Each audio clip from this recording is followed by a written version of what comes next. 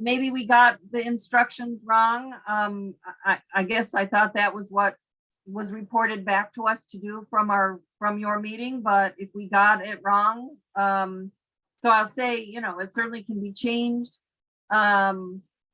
Yeah, I think either I misspoke or, because I don't think that that's what we had asked. Okay, My recollection is that we were leaving that as agricultural, which it is now.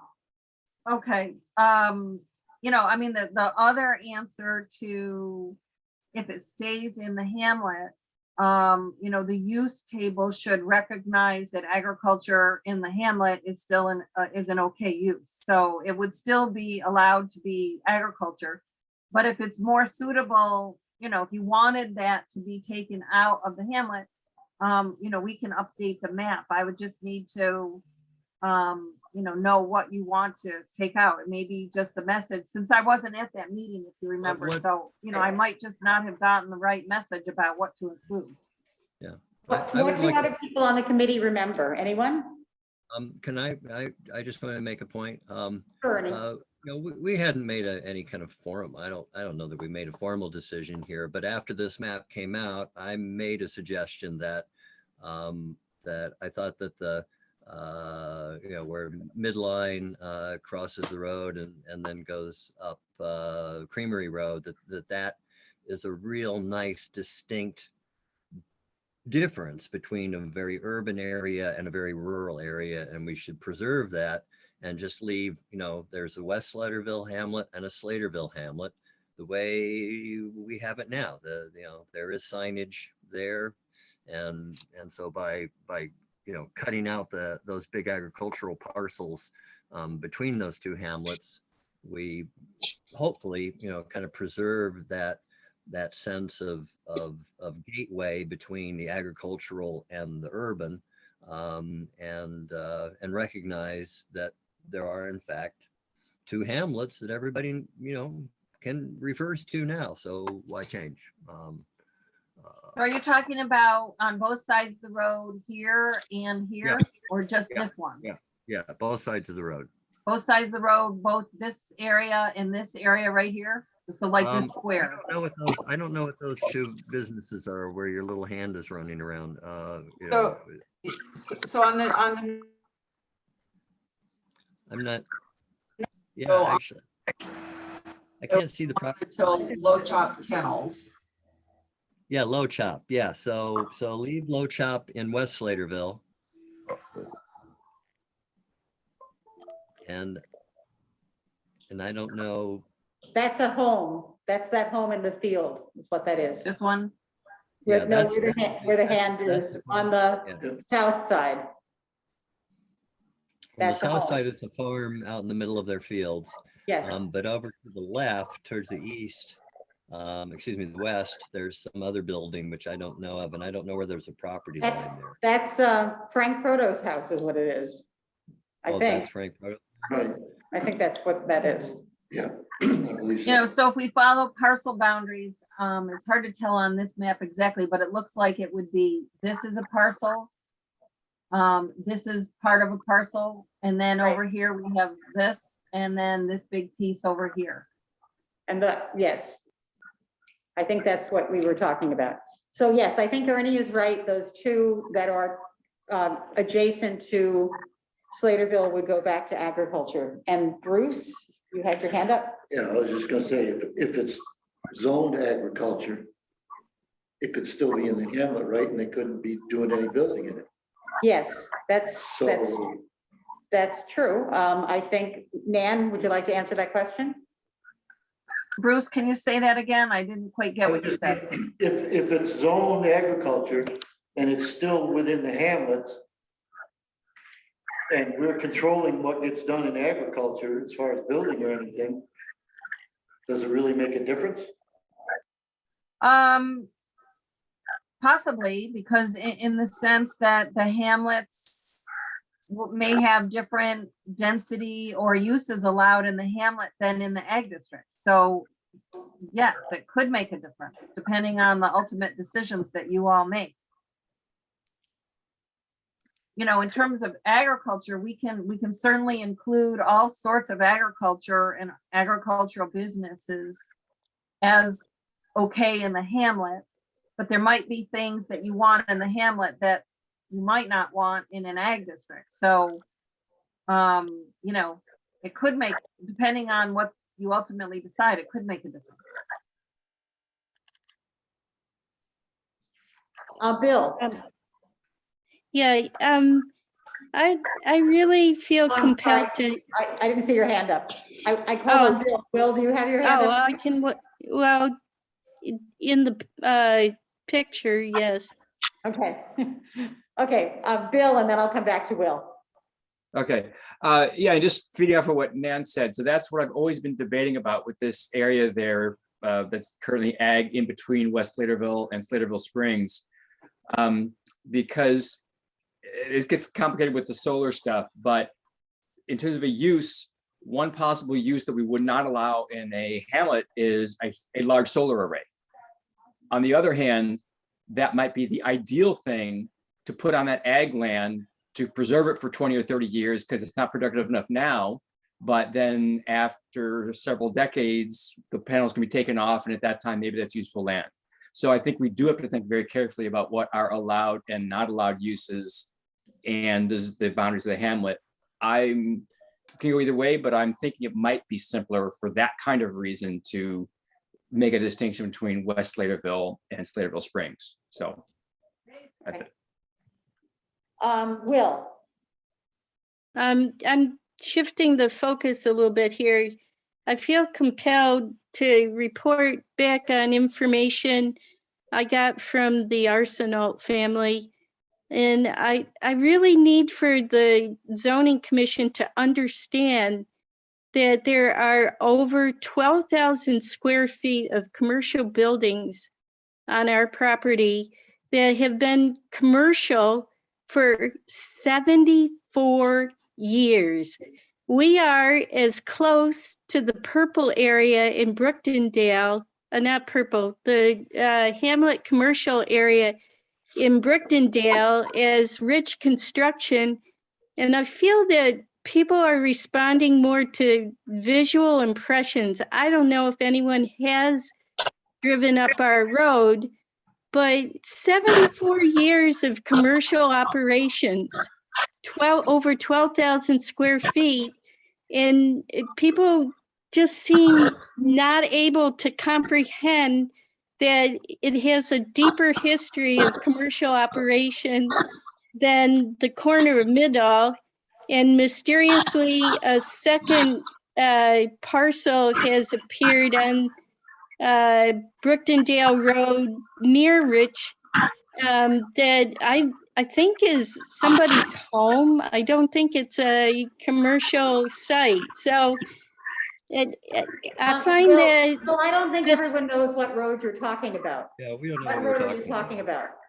Middle. Middle Road. She's not talking about. So, The corner of Mid and 330. okay, so you're talking about the corner of Middle and 330. That's what you're talking about?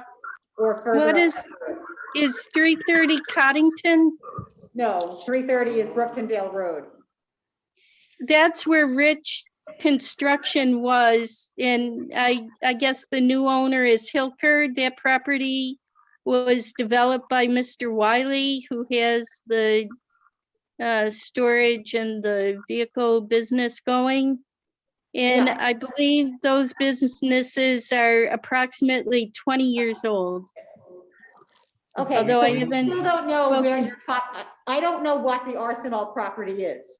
So you need to tell me where that is. It's just below the corner of Middle and Coddington.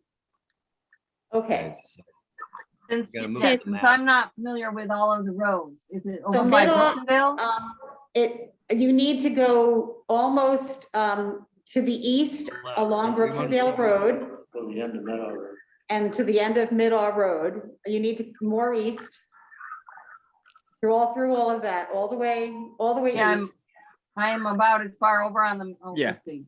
It's under your Yeah. legend. Yeah, it's under the legend. You have to go, basically, it's Oh. the south corner, the south end of Middle Road. It curls it's around down and in here? heads west. So it's right under the map Ah, legend. okay. There we go. It's Okay. actually, yeah, it's right. That's Let me just close see enough. if I have another one.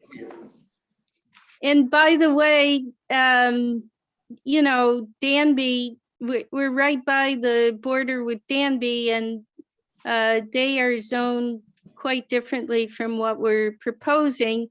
And because guess because of the town border there, nobody has noticed that not only is that a somewhat dense housing area, it's denser than the camp over on White Church. And also there's been a lot of new buildings there since we moved into Brooktondale. So it's an Well, area that what are you has suggesting? experienced growth. I Growth. don't understand, what are you suggesting? Are you suggesting that that should be zoned as other than agriculture, and if so, what? Possibly part of the hamlet. We're as close to Brookton's as Rich Construction was. We're like 3/10 of a mile from the quarry. Okay, okay, thank you, because I didn't really understand what you were talking about. Now that I know that, I think we should take that under advisement and think about it. I think she was also saying some of it should be commercial. I Yeah, don't, it You're should saying also, it should be commercial. It has a longer history of commercial than the Dandy Mart. okay, so you're saying that the Arsenal property should be commercial, the entire Well, it's- region, or what? I honestly, I feel that Middle Road is commercial. It has the public utility substation on it, which makes it a good location for locating commercial. Any kind of business that might want to take 440 volts, something higher than household voltage, it's much better to be located near the substation. There's already the substation there. Hilker tried to, I mean, he's already bought property to extend or to use parts of upper parts of Middle for his business. George Arsenal does own the property across the road unless he sold it before the moratorium. And he moved his trucking business across the road back in 2007. So that property is really built to, you know, for a trucking business. There's no residence I think we hear this, there. like, Will, why haven't you brought this up before? I've been trying to, I mean, I've said we have 3 commercial properties on our property. But the problem is, well, most of us have no idea where you live. When you Well, have nobody- more than more property. You know, Yeah, that's an well, issue. Yeah. I'm sorry it hasn't been allowed as a conversation, and this is Well, getting I really I scary. take a lot of offense at that. I think we've been very open to conversation, but I have certainly not heard this from you before, but that doesn't mean that we aren't going to listen to it. We're happy to Well, listen to it, and we'll have the committee talk about this. I think everyone needs to wrap their heads around it a little. Bruce, Yeah, I thought that we really hadn't come down to any cement as to what zones exactly. no, we are. haven't. Right. We absolutely haven't, but Okay. I just haven't. What heard she's this at talking all. about is there was a dairy Well- there forever, then Yeah. there was a tractor business there forever, this trucking business was across the road. But, yeah, There's. fine. I just, you know, I think, I'm Well, surprised. I'd like to remind you that I have brought it up at least twice in the past, and both times the response I got, I don't remember from who, was, oh, don't worry, it'll be grandfathered in. And Well, you I know, certainly it's didn't say not that the because I same. absolutely had no understanding of what you have been talking about. Let's go back to the other map. There's a new business down the road, isn't there, next to the substation. Let's, Bill has brought this up before, in, you know, in regards to her own property, and that was the response, that it would be grandfathered. Never before have, I believe, we talked about a commercial zone in this area. no, we haven't. And Okay, so I- Bill, you have your hand up. Yeah, I was gonna say about what Ernie said, that I mean, and Will, I have heard you. Of course, it helps that I live around the corner from Will, so I know exactly where she lives and exactly what she's talking about. And I don't know, I mean, your situation, I think, is somewhat unique, but not entirely unique in the town, that these businesses are located basically in barns, so it looks very rural. It's great for the rural character. I think that they don't impede that at all. But you're right, we haven't discussed, and this is actually the first time I've heard you suggest making that a commercial zone. And I think that you're right, that's an important distinction because of the impact on a grandfather business, what happens, you know, when it goes out of business. So I think we should discuss it, look at it. But this is, to me, again, the first time I heard of actually changing that to be some sort of commercial zone there. You make some good points about it. Well, I was bringing it up in the context of commercial businesses in the past, and I might remind you, Bill, I brought up the aspect of that property being commercial when the comprehensive plan did not identify it as commercial. So, you know, moving forward, I'm glad that it's clear now why I've been bringing it up. Thank you. Okay. I think we've talked about what the suggestion here for the West Sladeville area. Are there any other maps that people have something they want to talk about tonight? And then we can talk them through next week. Yeah. Bill has his hand up and Bruce. So just a quick question, and maybe Nan has to help me understand something. I mean, one thing that I think Ernie mentioned at one time is maybe bringing the lands that are currently industrial, that is our gravel pit, into the Brookendale Hamlet. And there's this, in some sense, that makes a lot of sense because they, again, it's already disturbed land. At some point, the gravel pit's going to be done. They're starting to run into gravel, I believe. They're using it for other stone storage. But restoring that into a housing development, I believe that, Gene, you said that that was indeed the restoration plan that's on file. Makes a lot of sense. The question I have is, I would love to see a portion of that property become a town park. And so what I don't know is how to go from here to there, because the town is usually scrapped for funds. It would be hard to buy a bunch of acreage at, you know, whatever a developer would probably ask. I know that's part of the purpose of the density bonus. That'd be an inducement maybe for a developer to grant some land to the town or otherwise provide public access. So my question is, what's the best, in your advice, Nan, the best way to essentially leave the grounds of the currently industrial area that is the gravel pit as part of the ag rural district, which might give a better incentive for someone looking for a density bonus and thereby giving the town a little public benefit from that development, or including it in the Brookendale Hamlet, because indeed housing might be a good choice for that. And I really don't know what is best. I think there's also, maybe they call them set-asides, or some other way in which a town can set the zoning so that when a division, a major subdivision happens, that indeed there's some public benefit of that. You know, I think there are pros and cons of either way. We could, and I'd have to go back and review it again, but the density bonus could be made to be eligible in both the hamlet and the ag district. So, you know, I think that you know, really then it comes down to, you know, again, I don't know what your ultimate decisions will be on the density, but I think it depends on, you know, is it better suited for hamlet style kind of development? Let's just say it's housing. Is it better suited to be hamlet-like, or is it better suited to be, you know, more of like a conservation subdivision style?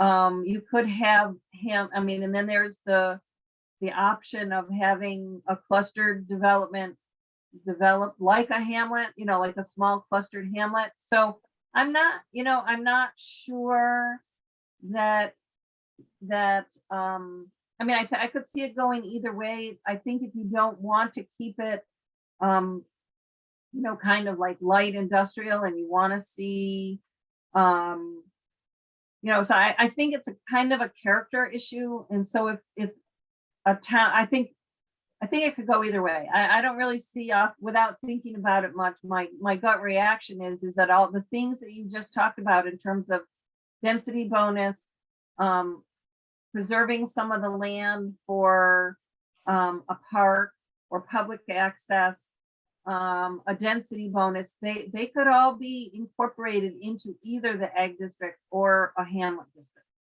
So Yeah, I was more I thinking think that the hamlet allows such high density, you wouldn't need a density bonus. That's what I was wondering. Right.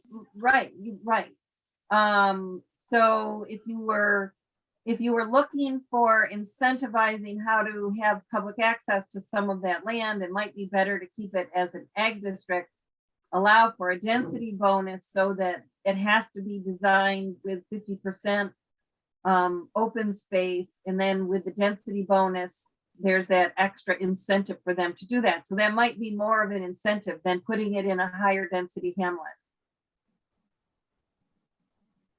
Okay, why don't we all think about this next week and for the next meeting, and we'll come back. And Bruce, do you have your hand up? Yeah. That would be, I mean, due to the location of that, it's really close to Brookendale. Yes, it It is. could be included in the hamlet very easily. I did talk to the owner, the previous owner, and they're gonna go quite a bit deeper at this point in time. They're running a new machine. They're gonna be going another 50 feet down because he's telling me that it's not as deep as people think. He's saying there's only 6-8 feet in some places, and they can go down to, I think, 50.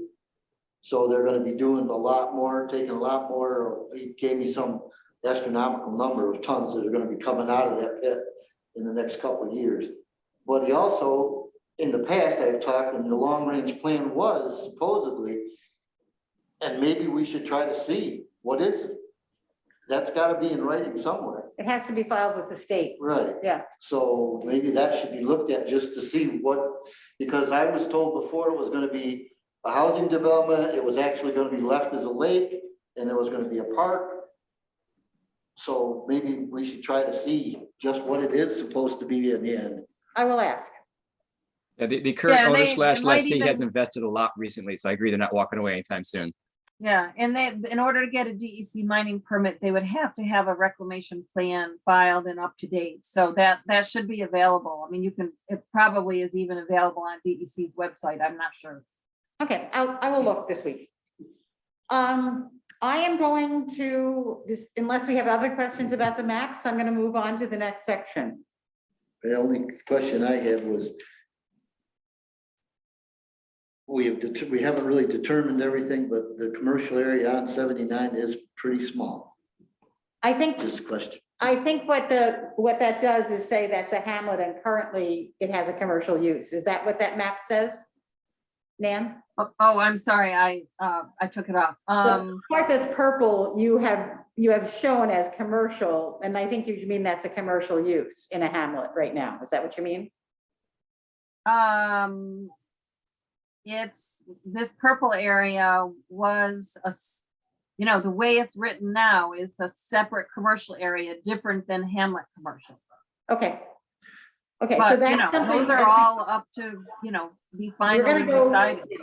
We're gonna go through the maps one by one in the committees and make notes and ask comments. And we are also all asked to make comments. I'll go through that later. So the hamlet commercial area is where? I think what she's saying is All right, that, let me Put it put that back up. back up. We're talking only small commercial, right? So this purple area was what we got instructions to call to call commercial. And then these reddish areas are Hamlet commercial. Hamlet commercial I think- reddish areas at the moment. Okay. Yeah. Okay, So there's none on 79. except for Not that. Hamlet commercial. Okay, Yeah, okay, not Hamlet commercial. Okay, let's go on to the first draft of the zoning law. So, over the Christmas holidays with the input from us and from what's happened at the public meetings and the questions we've been asked, Nan has put together a first draft. And let me assure everyone, this is a very first draft. And we have begun to read it, and the members of the zoning commission are going to get on to a Google Doc, which I hope we'll be able to have up by tomorrow or the next day, Nan. Well, yeah, while you have that, I just have a question for the group. So there's two ways that we can do it. We can put it up as a Google Doc and then set the Google Doc so that you can put in comments.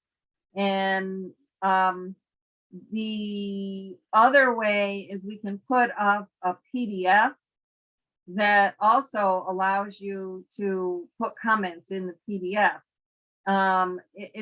Whatever people are most familiar and feel easier about the best way to add your comments to it. The idea was that we want to be able to have everybody look at the same document on the zoning commission and add your comments so that all of the subcommittees and the zoning commission members can see your comments as you go through section by section. So we're asking folks to take their comments and put them all together. So the question is, would you feel more comfortable with it being on Google as a Google Doc, or on just adding comments to a regular PDF? Now, I don't know if anyone has any strong opinions one way or the other. Yeah, why would one be better than the other? In a Google Doc, in order to put a comment on, you use your cursor to highlight the sentence or the paragraph.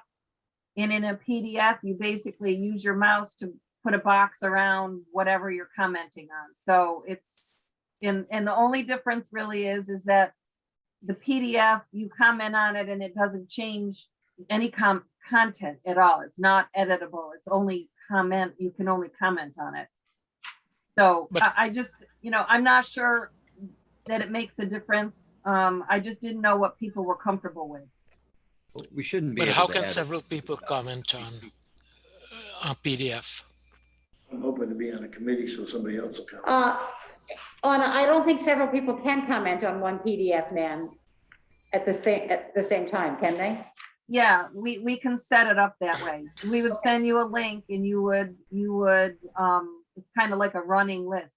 They're almost the same.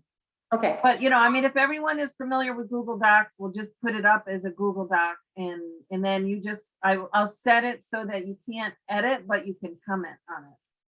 I'm familiar with that. Does anyone else have a question? I'm No. just hoping to be on a committee so that the committee can. Okay, good. Okay, so let's say Google Docs then. Okay, Okay, so yeah, we'll have it up. If not tomorrow, Thursday. Yeah, I'll try and get it done tomorrow. okay, thank you. So Nan, tell us about your putting this together and what you think we need to know. Okay, let me share the screen again. I'm just going to show you the table of contents.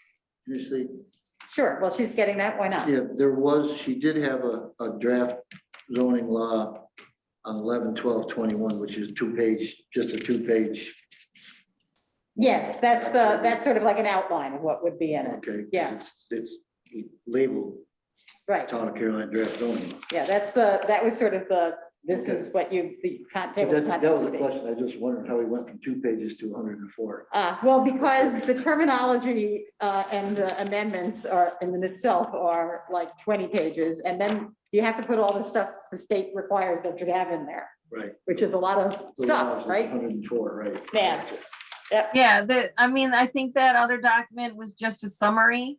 And I just wanted to go over this table of contents. So just so with some explanation, I know you've all looked at it and I don't want to take a lot of time. I did want to reiterate two things that are always issues whenever we do any kind of land use regulation. One is that people who aren't familiar with using these kinds of things on a day-to-day basis tend to want to start on page 1 and read it to the end like a book. And I just urge you all that this is not a novel and it's not used from page 1 to page whatever the last page is. So no review board really uses it that way. You kind of pick through it and pick the things that you're interested in or that are relevant to the project at hand. So that's one thing, is that it's not that kind of document. And the other thing is that that people are always concerned about the length of a document. And, you know, as you can see, we have 125 pages. Some of this, about 20 pages at the end, are just definitions, which are really critical for grounding everybody in what it is. And I urge people, you know, people say, oh my goodness, it's, you know, 125 pages of regulation.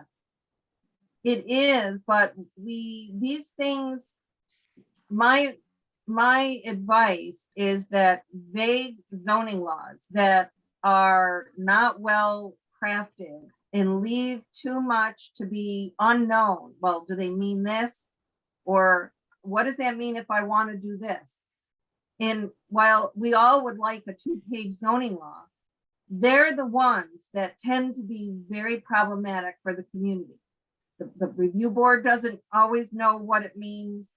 The landowner doesn't know what it means. It's so vague that those are the ones that we end up having problems with. So I just urge folks to not get concerned about the number of pages, but is what we're saying clear so that everybody knows what ultimately the rules are that you decide on. It's clear, and that we want this to be written in a way so that people clearly know what the expectations are, and that if they follow the expectations, they'll get an efficient yes at the end of their planning process. So I try to include detail in it. So as many of those questions about, well, what do we do about this? And what is the process for that? And what happens if this occurs? I tried to think of as many as I could to give you all that clarity, because from my experience of doing this for 28 years, it's the clarity that makes for an efficient process. So that's my you know, just my caveat that I wanted to convey. So this first section here, you all worked on like our first and second meeting. So that is a lot of, some of these are legalese kind of things that just have to be in there. The real critical thing is this section on purposes. I think you've heard me say over the months that we've worked together is that this is the critical part. The purposes of what you're trying to accomplish, everything flows from those purpose statements. So those are really important to get right. I added in these things called reader's aid boxes to try and give everybody a little bit of description about what each chapter is supposed to be doing. So you'll see those scattered through each article. This next article describes the districts that you ultimately will have, with a purpose statement for each of those districts. Again, that's a very important part, because we're not regulating willy-nilly here just because we want to. We're regulating and establishing these laws to accomplish something for the town. So these are articulated in this first section. So when we get to reviewing that, you all have reviewed those statements before, but we want to make sure we got them right. I did want to reiterate that the zoning map itself is part of the zoning law. So the text and the maps make up the zoning law. They're adopted together and they're both equally part of the legal document. So we have to have whatever map you ultimately decide that is attached to this. The uses and dimensions, the zoning commission had spent quite a bit of time going through potential uses in each district. I took that to heart. I tried my best from my experience to come up with a use table that I thought was somewhat realistic and that what I felt might fit with you from what we've known about, you know, where you are going. But that again, you know, it takes all of you guys who live in the community and know the community better than I do, obviously. But I gave that, you know, a realistic shot of what I think could work in each of those districts. But, you know, that's up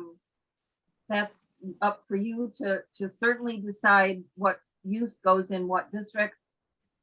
The dimensions, also, we have not spent a lot of time talking about the dimensions. So I added in things that I felt were consistent with what we know about the town and what we've seen in the town.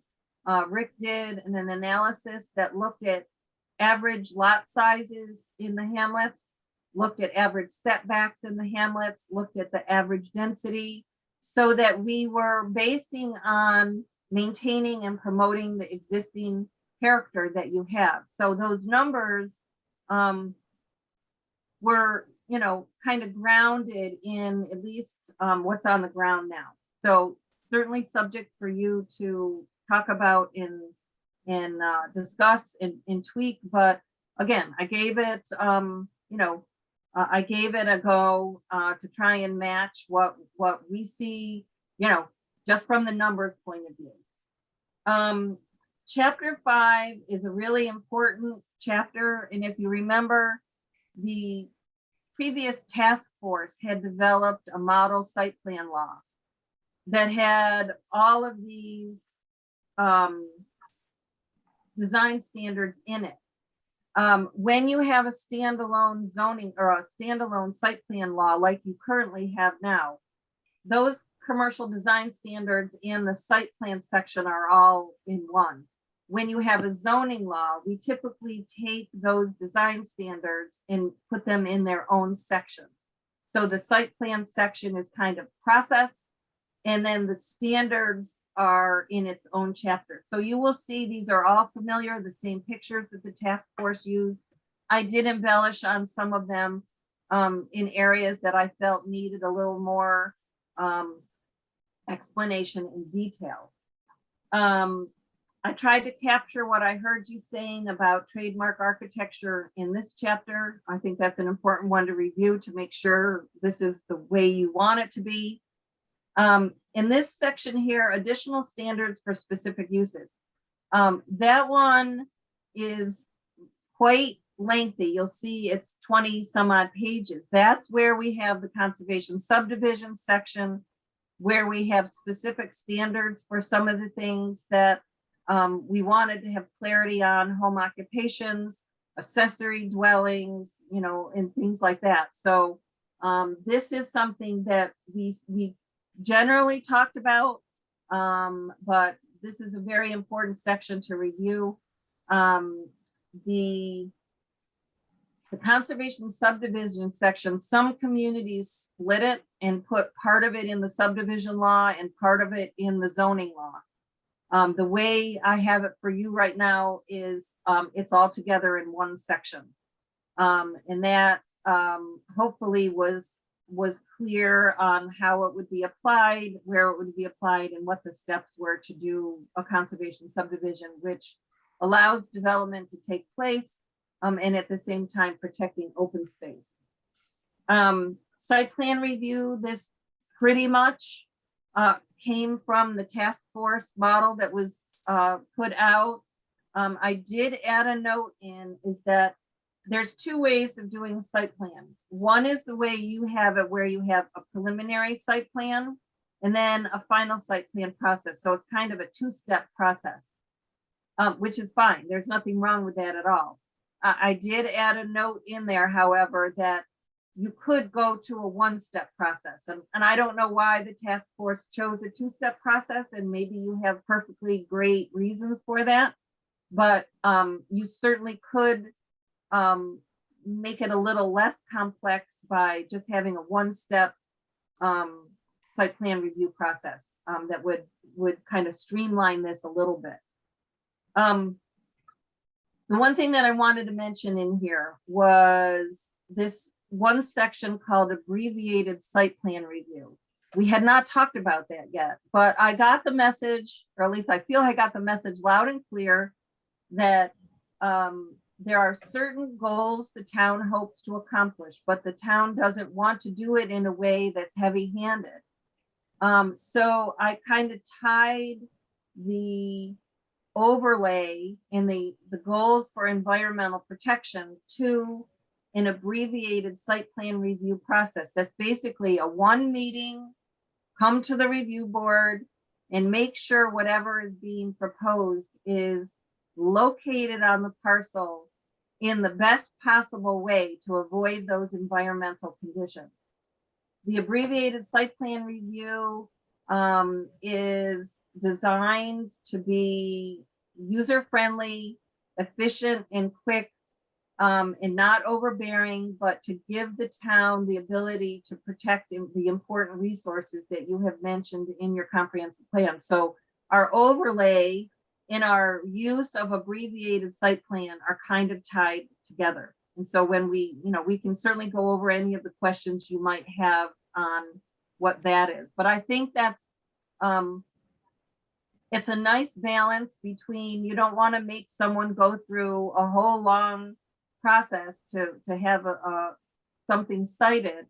But if it's in a floodplain, or if it's in a wetland area, or it's on a really steep slope, those are things that with good, I believe, with good citing and good evaluation of what is of concern, you can cite the building and mitigate adverse impact. So it was, to me, I like the abbreviated site plan. I have a lot of communities that use it very successfully, and it comes out with giving the town a bit of review, but not overbearing on the landowner's part.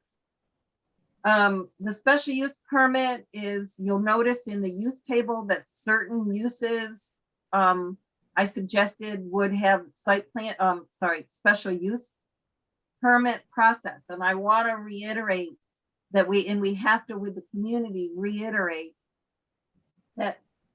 that something that we have in zoning that requires a special use permit is a permitted use. It's not something that we're putting up roadblocks for. A lot of communities say, oh, we'll make it have a special use permit because we'll make it hard to, we'll make it harder for someone to come in and do that. That is not at all what a special use permit does. A special use permit is a permitted use that has some kind of characteristic that might make it harder to fit into the neighborhood. So whereas site plan looks at how things are placed on the land, the special use permit gets at the use and the unique characteristics of that use. And it tries to look at the factors for consideration and figure out a way so that a use that might have something that makes it bigger, more intense, or whatever kind of characteristic, that you have a special review for it. And these two are tied together. So when you have a special use permit, you look at both the use and how something is cited. So these two kind of work together. But I do want to make sure that everyone is understanding that a special use permit should not be looked at as this scary thing. It's just a review process to make sure that what is going in is adequately addressed to fit in next to a house or next to a school or next to a whatever, that we have to make sure we have careful design and siting. The non-conforming use section is your grandfather section, so you want to make sure you read that. And I gave you, you know, relatively standard ways of approaching that. Some communities do not allow any expansion of a non-conforming use. So that means if you have an existing structure that for whatever reason is no longer in conformance with the zoning, some communities just say that's, you know, you can maintain it that way, but you can't grow. I felt that maybe that's not what you wanted, so I included in here a way to allow non-conforming uses to not only continue, but to expand a little bit. The enforcement and administration section is a required section, and it is the instructions for your code enforcement officer on how to enforce this law. There's not an awful lot in there that is, you know, unique to Caroline. They're pretty much standard. And it would hook into your building code, your local building code. So, you know, I'm not saying don't review it, but it's kind of, you know, standard kind of how do we enforce this law, and what are the rules that the code enforcement officer would take to inspect and follow through on things that they have to. The Zoning Board of Appeals is pretty much lock, stock, and barrel from the New York State town law that authorizes zoning boards of appeals. You have to have a zoning board of appeals. It's the relief valve for people who want to seek a variance or an interpretation of this zoning law. It is, like I said, the language, the procedures, and everything else is laid out by state law. So there's not an awful lot we're going to be able to say that will be very different on how the Zoning Board of Appeals will work. The review board, I added in this section because you had, the review board was established, I believe, for your subdivision law. And it didn't have all of the components that we really have to have to, that authorizes the review board and that lays out its membership and its voting requirements. These are all state law requirements on how, I mean, a lot of places call it a planning board. You guys call it a review board. This is not something we just make up. It's, again, it flows from state town law. So you will see things in here that maybe are new to you, for those of you who might be on the review board, but they're all requirements to ensure that your review board is up to snuff with state standards. The amendment section is the instructions on how the law gets amended in the future. This is really for the town board to use. And then, of course, are all of our definitions. And the definitions are, I think Ernie sent an email out about that, and they're critical. In my book, you can never have enough definitions. So if we are missing a word, or, you know, you go through and you're reading something and you say, well, what does such and such mean? If it's not in the definition section, we should add it to there.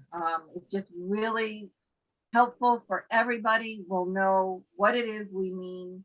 So we should not shrink, in my opinion, the definition section. So that's just a little bit of background on what's in here. I tried to fit your philosophy. You know, I tried not to come up with something that was overdone. I think it's flexible. There's a lot of flexibility built in. There's not a lot of, you know, there's not a lot of things that a lot of zoning laws have in here. But I think it addresses your community character. It addresses your environmental goals. It addresses your small town, you know, the philosophy that you've had, I hope. But with all of that said, there's no sense of ownership here. Now it's your job to, I hope I have interpreted from our months of working together, I hope I've interpreted it close to what you're looking for, but now you guys have to tweak it and take this so it fits you guys like a glove. So with that, I will turn it back to Jean. Thank you. Bravo, bravo. Yes, thank you. Does anyone have questions for Nan about what she just said? I can't see everyone, so No, yeah, I don't. But Ernie says, yeah, so Ernie, you have your hand up. Yes. And Michelle has her hand up. And Michelle. Yours up first. I only have Okay. 4 showing. I'll ask my question then. The terminology section, Nan, so how were these terms developed? I mean, did you pull this from like a state list of terms or? No, there's no state list of terms. However, there is through the various sources through the American Planning Association has kind of compendiums of common terms used in zoning. Some of these are ones that I've added for you. Some of these are ones that have worked in other places, and some of these are kind of just standard definitions.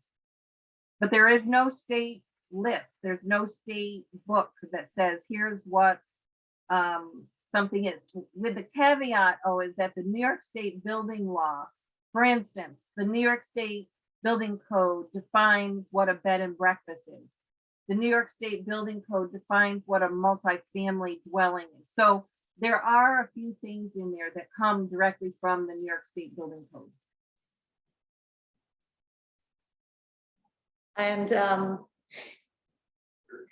Ernie had his hand up. Yes. Yeah, Thank you. yeah. I don't know if this is the right time to address this, but you know, having started to read through this stuff and I kind of got bogged down into the you know, the residential lot size and all of this conservation subdivision, and went back and looked at what our subdivision laws now state. And I mean, that aren't we gonna fold that into this? Because as it stands, that regulation, you know, basically allows anything under 5 acres to just go ahead, do what you want to. As long as under 5 lots, any subdivision under 5 lots. And, you know, and then the new zoning regulation talks about major subdivisions, which isn't defined in the subdivision law, but I assume it means subdivisions of more than 5 lots. And I just think there's a big gray area, and I don't think that the subdivision law is doing what we want it to do in concert with the rest of the zoning. So just Yeah, wondering where we stand on that. Is anybody? Yeah, and that's a really good point. And I pondered that same question, because your subdivision law doesn't use the same terminology. And if you look at the definitions, I tried to address that in the definition of what a major subdivision is. So the fact that your subdivision law lets pretty much anything go without having to do a subdivision less than 5 acres, that could be an inconsistency. On the other hand, I was thinking that in order to get a building permit, the building inspector or your code enforcement officer would have to make sure that those new lots would still meet the standards of the zoning law. But I think your subdivision law is, a little, I didn't want to assume that that's not what you wanted to do. I mean, I think it could be updated, but if the subdivision law, the way you have it now, is where you want things to go, I still think that it will work, because the zoning sets the standards, and the subdivision is the process whereby new lots are created. So, you know, we should look at that, and you could make a decision, and maybe the zoning commission recommendation for the town board would be to also take a look at the subdivision and update that. Well, I just wonder if maybe, you know, that should be something that the town board starts to consider now, and you know, get her done, as opposed to putting it in, because I just find it enormously confusing. I see one set of regulations, I see another set of regulations, I see one review board, I see another review board, you know, it just, you know, it's frightening. So, you know, until that becomes a whole lot clearer, you know, I think we've got a real rat's nest on our hands. Okay. Ernie, thank you for bringing that up. I will, before I call on you, Bill, I'm going to say I had the same issue about the junk law, which is not called the junk law, and is called something else about aesthetics, I think, in a very odd way. And my attitude is that's not a zoning issue, because zoning would tell you where you could have a junkyard, but how the town deals with it is something that the town should decide, and the law they have right now is very out of date. So I think we will bring these matters to the attention of Mark, who is right now just being our IT guy, but in his other role as town supervisor, and Tim can bring these to the attention of the town. Thank you. Bill. Tim is taking very careful notes. Excellent. Bill.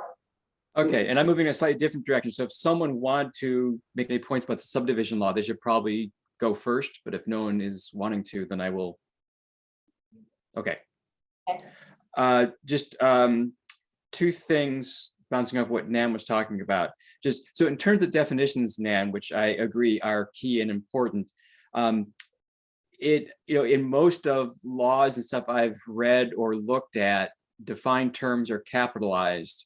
And I wasn't seeing that in the draft text in general, certain places, but not in general. Is that coming? Is that not necessary? That's that question. And I have a question about the two-step versus one-step, but let's go with the definitions first. Okay, so you're talking about, like, so how in the task force site plan model, everywhere there was a word that was also included in the definitions was bolded or capitalized, I forget. Right. Which. Yeah. Right. That's not, I would say that's not typical, but that doesn't mean we can't do it. If you want to do it, we can go back and do that. Usually, I guess it's left to the reader to say, gee, let's look up and see if there's a definition. But I see that, it certainly makes sense. And if you want me to go back and, bold, or even if we get really fancy hyperlink the words to the definition section, we can certainly do that. It's really just a formatting issue that we can do. We can do that Okay. later. Yeah. All right. And yeah, that's a question for us to discuss. Someone want to say something? Thanks. All right. And then you asked about the one-step versus two-step right. process, and I'm only partially aware, but I think there's a history here that comes from how that law was first crafted for the town under the guidance of the supervisor. What I would want, and Bruce has been on the review board, would be some advice from the review board as to how well the two-step process has been working for them. In the back of my head, the basic idea is it sort of lets a sort of preliminary review to happen before the applicant has had to invest tons of effort and energy in some of the more detailed stuff. It gives them initial feedback whether they're on the right track. So I think it was seen as a way of maybe sort of saving some otherwise redone effort on the part of the applicant to have that preliminary review. On the other hand, it does make everyone do a couple extra things. And so I would want to get feedback from the review board, either Bruce or the review board as a whole, and to say, hey, did that model work well for you guys, or would you rather that was different? And my understanding is there's usually a sketch plan review process, Yes. which is kind of Right. formal. And then the final and or preliminary and final can often be combined into one meeting. Right. Shortcut everything. But I think that two-stage process is pretty common. Bruce Having says they gone haven't through had it. anything to do for a To while. speak of. But, Yeah. but could you talk to other members and let us know? Thank you so much. Okay. I am going to turn now to Will, and Will was going to give us some information about section 239 review. I have a couple slides, in a PDF. We'll let you be a co-host and then you can show them. Hang on a second. So I'll ask you afterwards what you want me to find out for sure. Okay, I will. So if I show it on my screen, can you see it? Not Now yet. that you're the co-host, it should be able to pop up. So you'll have to Okay, Do you know how to share a screen? Well, you've done that before, right? familiar with this. Yeah, at the bottom. and now oh, I see it. Okay, share screen. And then it'll ask you which window you want to share. But yeah, you need to screen up. on So your- one participant share at a time, advanced sharing options. Advanced sharing options? No, just one participant is fine. And then just Okay. click the thing you want to show us. If you click share screen, what's on your desktop should come up, and then you just click on whatever you want to show us. Okay, I did that. Do you see it? No, You clicked on the green thing that says share screen. Yes, I did. okay, and now it should show you. Oh, I see. Okay, Now you have to select, yes. good. There we go. okay. Viewing Will's screen. Okay, so there's only 4 things to look at here, and I just wanted to, No, it's under there. Oh, okay. You need to get rid of that box for a moment. I just wanted to start out with a map from, that the county provides. This one is, I think from 2021. And basically the yellow indicates areas that are subject to county review. The orange is a maybe, and the white is not subject to review. So the heavy black line shows the north and western border of Caroline. So you can see most of the town is a maybe. And I really can't speak to with any experience about the maybe part, but I will say it may make sense once you have the context of what's actually in the law. But it's worth noting that there's very little land. It's probably like 10% of the land that's not subject to review. And I took the time to look up the individual parcels on the tax map. A lot of them are landlocked or very small lots, under 2 acres, many of them under 1 acre. Can you explain what we're talking about here? And what kind of who's reviewed? What kind of activity is being reviewed? I don't understand. And why do we Okay. care? Anyway, Right, that's coming. I just wanted to start with the map so you can see Large area.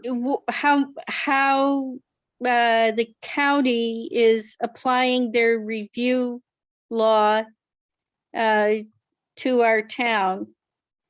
And I'm trying to change pages.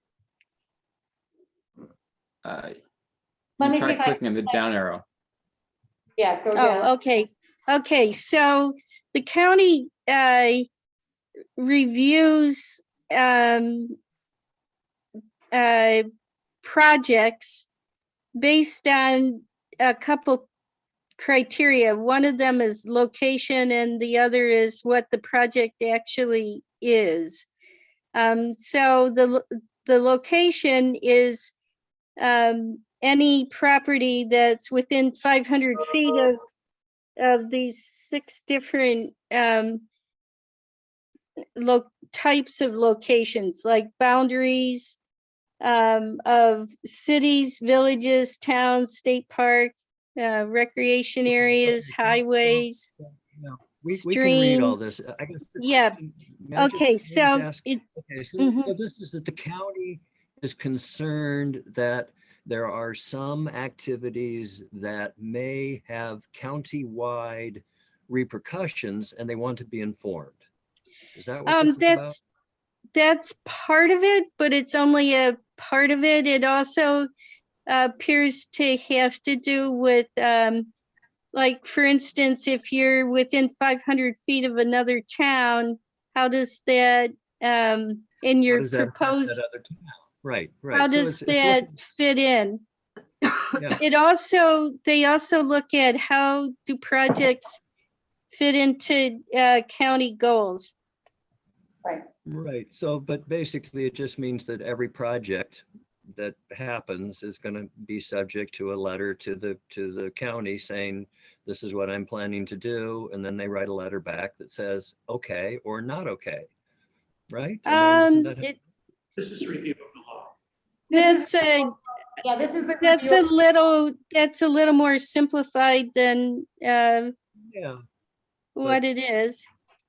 I Well, guess I just don't understand how this impacts what we're doing, other than we obviously have to tell the county that we're doing this.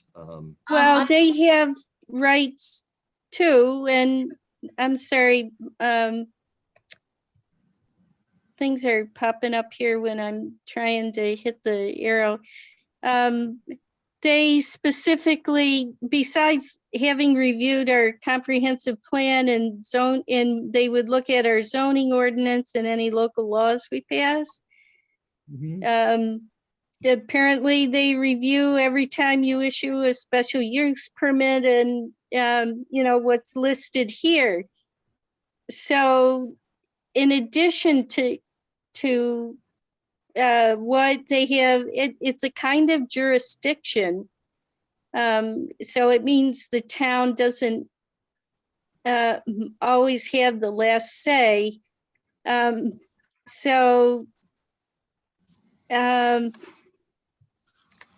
Sorry, I'm trying to get the page to shift. There.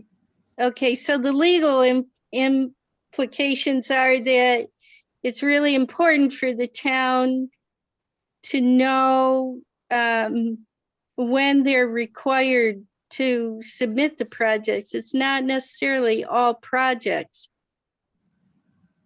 And they can make 4 different determinations, and that's what this is all leading up to. I think this is important to keep in mind, what their criteria are and what their possible determinations are. Just keep it in the back of your mind when it comes time to write, finalize our zoning law, because they can say there are no impacts and then that leaves it as a local decision. Presumably those would be the white areas in the map, or they can approve it because it furthers the county goals, or they can recommend a modification, or they can disapprove of it. And if they recommend a modification or they disapprove, then it requires a higher level of support from, I would say, either the review board or the Board of Appeals, depending on who's handling a project and a decision. So I don't have a lot of familiarity with this. I think it's relatively new. Maybe Nan would know how new it is. No, this has been around Um, forever. I've seen these reviews for 20 years. Okay. But probably not so many for the town of Caroline.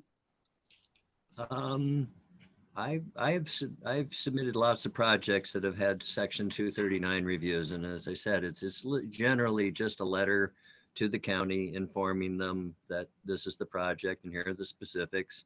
And then they send a letter back that says, fine, go ahead. And I'm sure that's not always the case.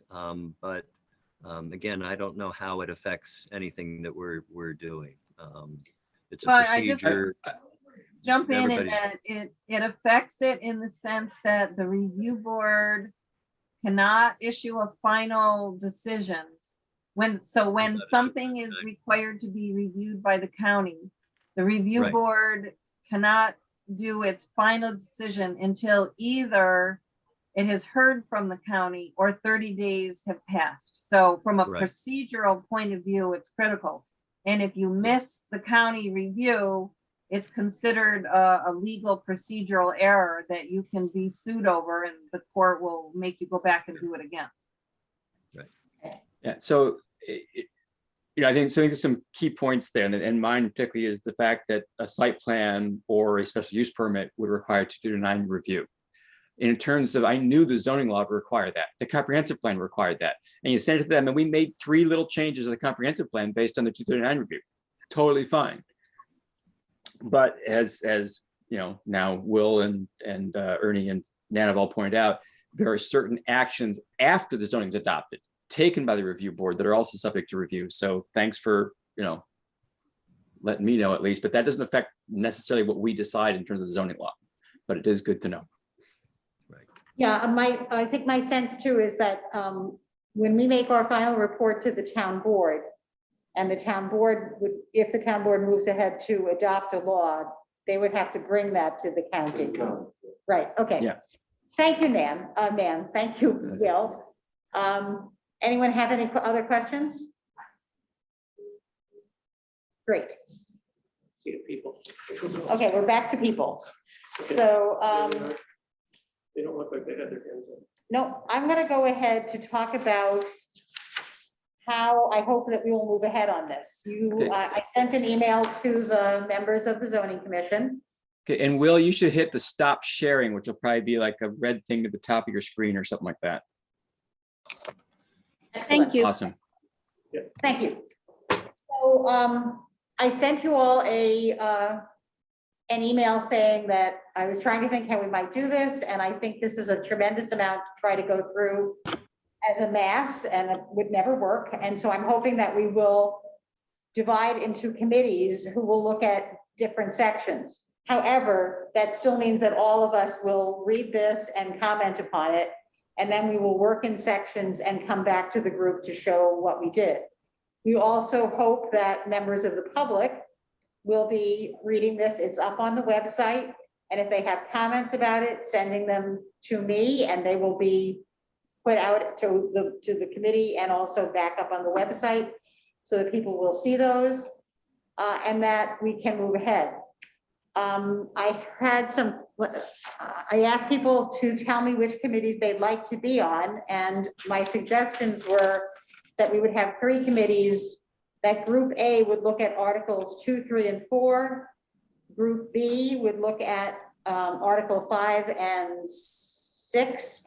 And Group C would look at Article 7 and I think 8, that's right.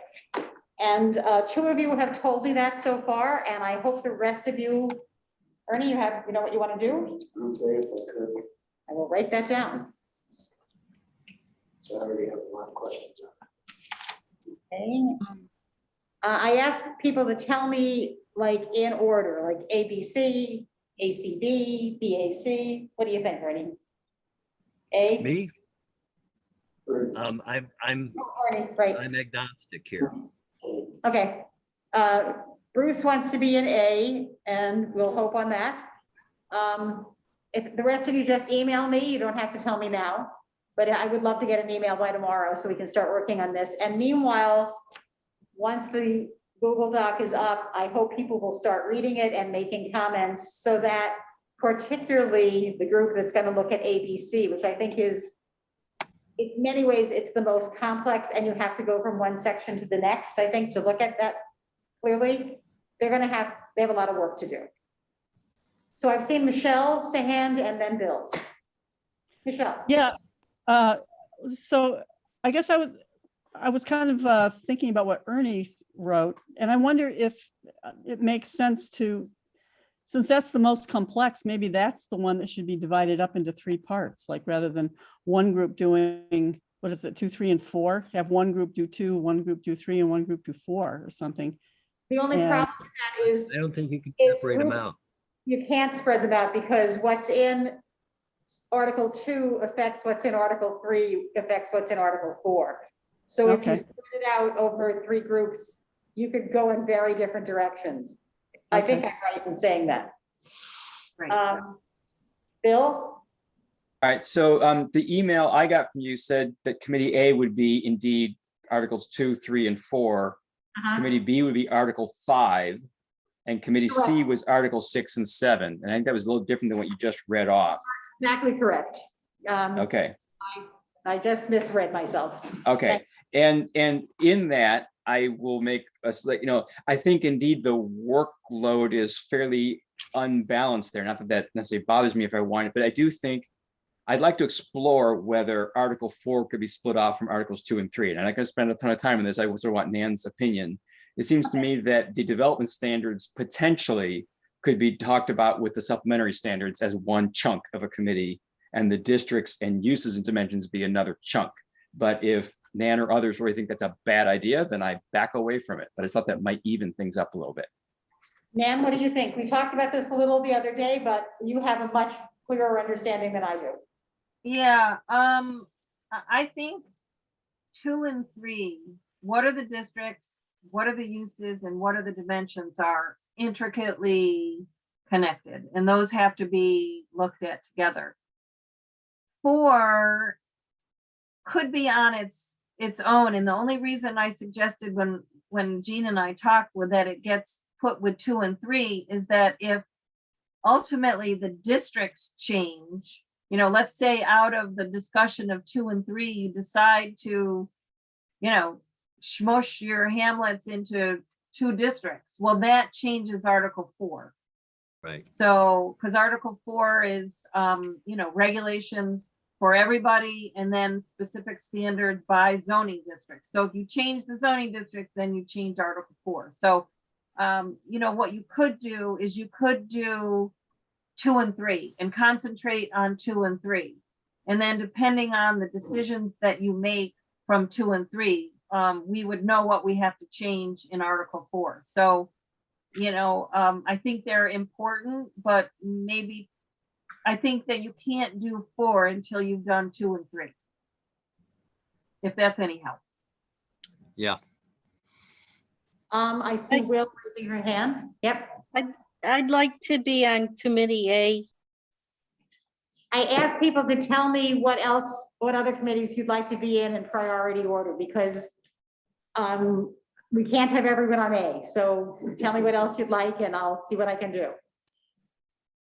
Okay, I'll be on supplementary standards and whatever the other 5 and 6. Well, Jean is just asking for a ranked list, and then she can, you know, All mix and right, match all right. as makes sense to her. Okay, Just all right. send her your 1, 2, 3 choices. I will. Okay. Fair enough. Yeah. I really don't care. Okay, just send me your ranked choices and I will figure it out. And if I have to, I will come to the hat. Because in the end, we're all gonna have to, In the end, we all have to look at it together. Yeah. But if this is a way of looking at what each of us say and what the public is saying and trying to put this in here and then bringing this back to the public. So Okay. I like that idea.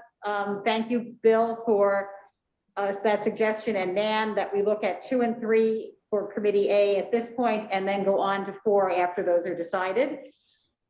We also we've looked at Article 1. We're all going to have to look at that. I don't think there will be that many changes. And Articles I think it's 9 on, 9 to the end. I don't have anyone assigned to right now either, and we'll have to look at those towards the end as well. So then let's think about how we are going to look ahead at when we actually have something. How do we plan another public meeting? Right now, we're in a situation in this county where we have a very high rate of COVID infection. I have no crystal ball that tells me what life will be like in a month or 2 months. At this point, I think we have to plan for public meetings on Zoom, and we hope to God that we'll be able to have a public meeting too. We're in person, but I certainly don't want to risk anyone's health. We are going to have meetings on January 25th, February 8th, and 22nd. And I think certainly within the next few weeks, we want to start thinking about possible dates for public meetings. And Bill had suggested to me that maybe we need to have 2 public meetings. We divide this up into some fashion, and then after that, we have a public hearing. Because it is a lot to do in one public meeting, and maybe that's what we do. So I want us to think about that, and we can make those decisions next week about what we're thinking about after people have had a real chance to look at that. Nan, I think I had seen your hand up at one point.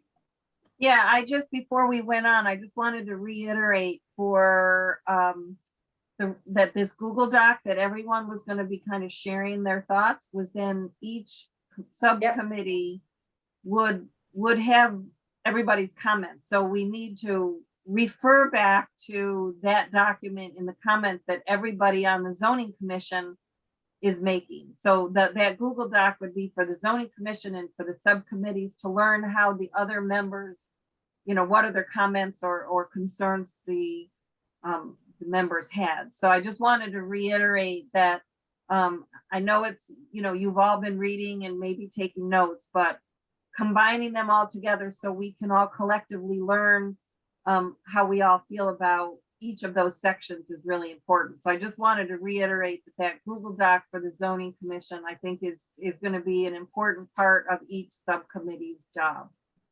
Yes, and then I think we'll also have each committee will have a copy of the doc separately in order to put their edits in perhaps, or I think it will do, you can make it, set it up so it will do something like show you what you cross out in one color and put something else in another.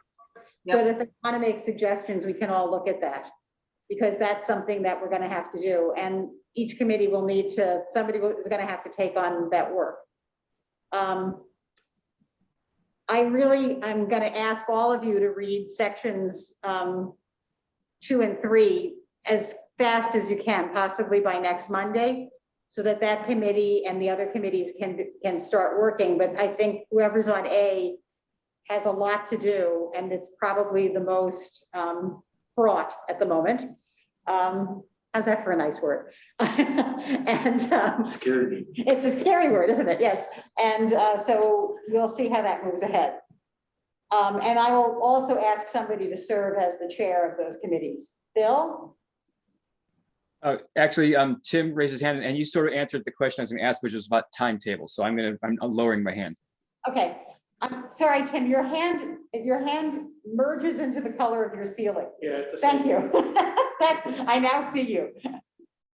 Gene, I was just going to suggest that you might want to clarify, assuming there'll be members of the public who are going to be reading this early draft now and want to make comments on it. Yes. Do you want to just clarify what Sure. procedure you would most prefer for them to communicate about this? I would love members of the public to reference a section they're reading. Send a comment to me. My email is on the website, and also to the town clerk at the same time, in case I miss something or it ends up in my spam box, she'll let me know. And I will probably not reply, but I will then take those, and we're collecting questions and comments, and they will all go into, we have what do I call it? A Google Doc that we're sharing amongst, and Bill and Barb have said that they will keep looking at those. So whenever I get comments like that, we will put them in and they will get directed to the correct committee so that people will know. So it's an opportunity for ongoing comment. Clear comment would be very much appreciated about a specific thing. Because our, let me say this again for the public. The task we have been given by the town board is to produce a document for them that is a law, that is a zoning. They ask us to create maps and create boundaries, take in public information and bring them something. So that's the task that we have taken on. I think that sort of sums it up. Is there anything, Mark, that you would like to say as the town supervisor about the? No, I will be sending out, or we will be sending out a first quarter Oh, good. newsletter, and I think we talked about, there might be, if there's content that you want to include in that, so let me know. Yes, and do you know when you're going to do that? Not exactly, but certainly, by the end of the month, Okay, I'd like to do that. so that I'm not sure if everyone heard that. What Mark was saying is that the town board's first newsletter will go out sometime by the end of January, and we'll write something to be in there and with more information for people so that once again, people will have received that. We talked about the Q&A before. maybe, Yes. Something like that. Yep, We'll do that.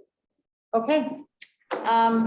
Copies of the draft are gonna be just on the website.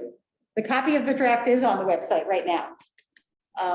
And the other documents that Nan had sent us, Should probably have one available if somebody wants to come. There's There is Carol, one do at you the want- town There's a hall as hard well. copy at the town hall. And, Good. Okay.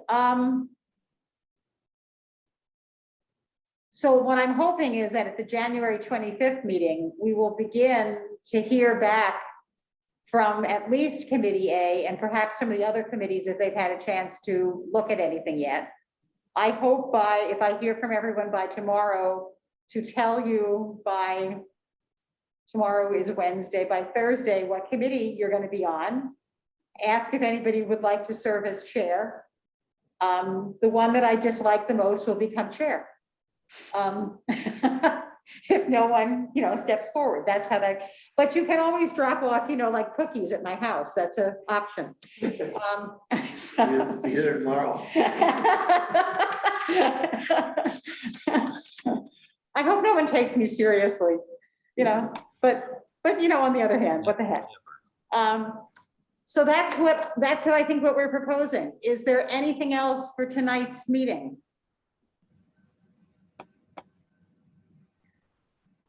No. Just to clarify, you said that at the next meeting on the 25th, that's when we would probably start talking a bit about a public meeting, correct? Yes. Okay. Yeah, because I think we have to all look at this and sort of get a sense of what our time schedules are going to be. Okay. So we'll do that on the 25th, and but I just wanted to lay that out. I'm hoping that we could, schedule a public meeting for the end of February or beginning. I think it's got to have to be. So somewhere in there. So Gina, I just a question. These public meetings, are they going to be held before these subcommittees are done with its work, or is the subcommittees going to do their work, tweak it where they need to tweak it, and then that's what the public meetings are based on? Yes, exactly that. Do some Okay. tweaking, bring it forth, give people an option to comment. We take that comment back and we put it back in. Okay, so yeah, so just to make, I just wanted to make sure I was clear that the zoning commission is going to be doing its review in these subcommittees and then as a whole coming up with another version, and that will be what will be the subject of the whatever meetings you schedule for the public. Yeah. Okay. I was just gonna ask Bill to reiterate what you said. I should ask Craig about the review board, whether it was. Yeah, I would get his sense, since he's been in charge of the review board for a while, of whether the, sort of multi-step process, which again has a sketch plan and then a preliminary site plan review and then a final site plan review, whether he feels that has worked well, or if the system that truncated the second part and just gave you a sketch plan review and a site plan review, but if he has not had problems with the way it's been running, or things that have gone great because people have had time to go back and forth, that's sort of what I'm interested in, is what does the review board say about the current process they've been following? Okay, Okay, yeah, because I know they did a lot before I got on the board. Okay, thank you. okay. I have nothing else. And we are 15 minutes early, but it's okay with me to go home early. Is that okay with everyone else? It might be the last time this year. Crap. Good night, everyone. The meeting is adjourned. Thank you. Thank you, everybody. Waiting for those cookies. Girl Scout cookies are coming out.